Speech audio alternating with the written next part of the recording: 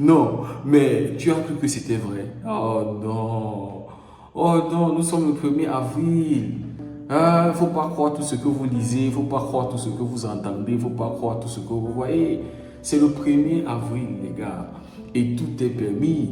Voilà, on peut se créer des super séries, on peut dire des choses. Non, non, non, non, non. Le Barça ne peut pas, c'est-à-dire jamais le Barça ne va s'intéresser à Vinicius. Je suis désolé, les gars. Actuellement, cette saison, Ferran Torres vaut 10 fois plus que Vinicius. Je suis désolé, les gars. Ferran Torres a marqué 9 buts, 0 penalty. Vinicius, 8 buts, 2 penalty, 10 buts. C'est-à-dire, Ferran Torres actuellement est plus valeureux. C'est-à-dire, il marque plus les esprits cette saison en Liga. C'est-à-dire, prenons d'abord seulement la Liga. C'est-à-dire, seulement en Liga là, Ferran Torres marque plus les esprits que Vinicius, les gars. Moi, à l'heure où on est, s'il faut signer un jour, je signe Ferran Torres tous les jours, les gars. Je vous assure. S'il faut mettre quelqu'un sur le banc ou s'il faut même titulariser quelqu'un, je titularise Ferran Torres, les gars. Donc, si j'entends même qu'il y a une rumeur que le Barça est en train de chercher Vinicius, mais non, non, non, non, s'il vous plaît. Même si actuellement le Barça a besoin d'un ailier gauche, ah non, non, les gars, c'est pas Vinicius, c'est pas Vinicius. Vous voyez, les Madrilènes, ils sont déjà fatigués de Vinicius. Ils sont en train de mettre Vinicius à la porte, les gars. C'est pas sérieux. C'est votre fils, c'est l'enfant de la maison. Direct du Brésil, il a atterri en Espagne au Real Madrid. Les Madrilènes, ils sont vraiment en train de vouloir se débarrasser de Vinicius. J'ai lu quelque part là sur Twitter que le Real veut que Mbappé commence à être celui qui tire les coups francs. Oh là là, c'est pas possible, les gars. Mobutu premier, la dictature. Non, papa. C'est-à-dire, nous, le sang camerounais mélangé avec le sang algérien. Là, c'est ce que ça donne. Mbappé, c'est-à-dire, partout où il passe, c'est lui qui doit être le number one. C'est-à-dire, pour un coup franc qu'il a marqué, je ne sais pas. C'est-à-dire, moi, déjà, je ne considère pas ça comme un coup franc. Hein. J'ai vu quelque part que sur SofaScore et sur une autre plateforme, là, Opta, je pense que c'est Opta, ils n'ont pas considéré ça comme un coup franc. Ça a été cotisé. Il touche d'abord, ensuite Franck Garcia, avant qu'il tire. Ça, c'est un coup franc cotisé. Mais on nous dit que le staff, c'est-à-dire à l'entraînement, ils sont en train de travailler avec Kylian pour que Kylian commence à prendre des coups francs. C'est pas possible, les gars. C'est-à-dire, ce qu'on n'a jamais vu là, on va voir ça avec le Real Madrid. Déjà qu'en 45 matchs, il a le même nombre de buts que Cristiano Ronaldo quand Cristiano est arrivé. Donc il y a tellement de choses qui sont en train de se... Donc Kylian, il va tirer les corners, il va tirer les coups francs. Ça dit, je ne sais pas, ça va être des coups francs de combien de mètres? Ça va être des coups francs de 10 mètres, 20 mètres, 30 mètres. Ça dit tous les coups francs ou bien quoi.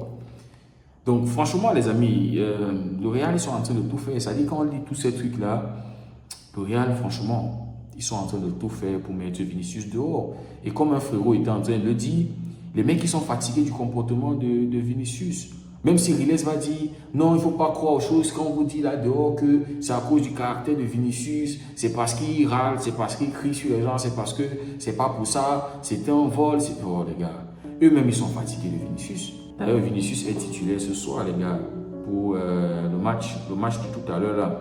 Vinicius, c'est-à-dire le trio brésilien, Vinicius, Endrick et Rodrigo. C'est eux qui vont devoir gérer la Real Sociedad ce soir.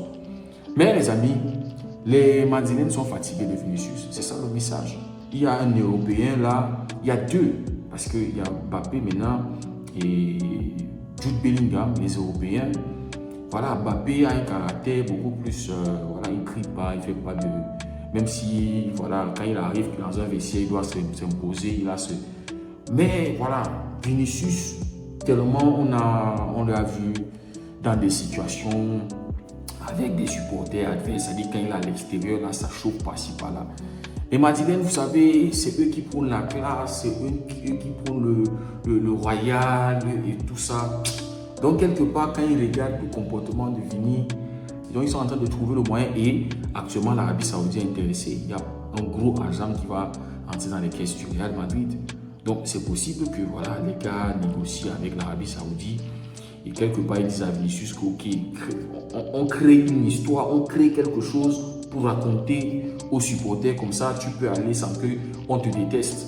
C'est-à-dire, un truc que quand tu vas dire, les gars vont dire, ouais, on essaie de comprendre. En plus, Kylian maintenant est en train de briller, les gars.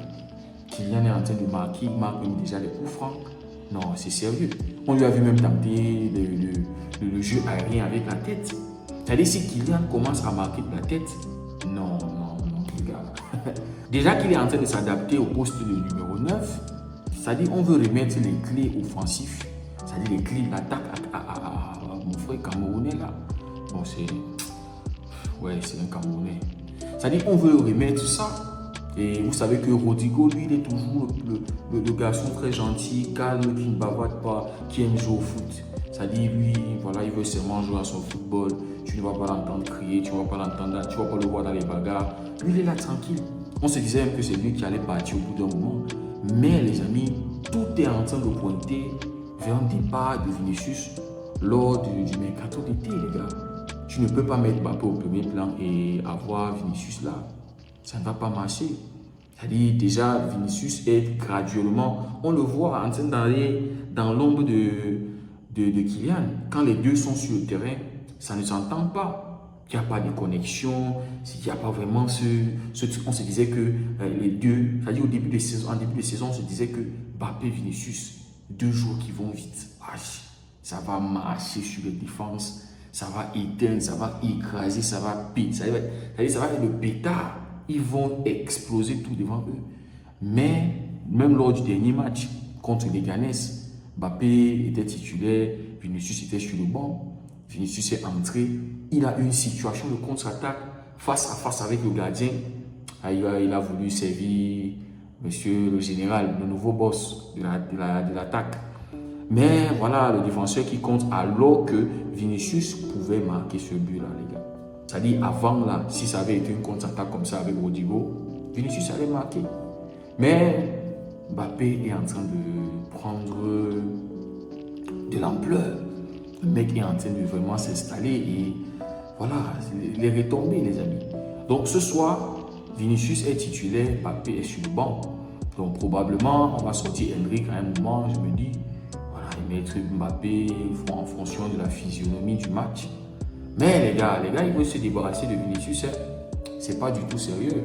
C'est le fils de la maison. Ça a été le chouchou de Santiago Bernabéu. On se souvient, c'était quel match? Je pense que c'était contre Valencia à l'extérieur. Il y avait eu des trucs de racisme et tout. Vinicius avait pleuré et on l'avait suspendu. Il avait eu un carton rouge. On l'avait suspendu. Et le match qui suivait, c'était à Santiago Bernabéu. On l'avait vu, il s'était assis à côté de tonton, de papa, du grand-père, du vieux Florentino Pérez. Le fiston, il était là. Mais aujourd'hui, Kylian, les gars. Kylian Mbappé. Oh là là, ce français, algérien, camerounais, ça dit, il y a tout mélangé. Bondy dans le sang, Algérie dans le sang, Cameroun dans le sang. Oh là là, ça fait trop, les gars. Ça fait beaucoup de mélange. C'est pour ça que voilà, Vinicius est en train de payer. Je vous ai dit, moi, avec tout ça, je suis Vinicius. Moi, je me bats. Je m'en vais en Arabie Saoudite.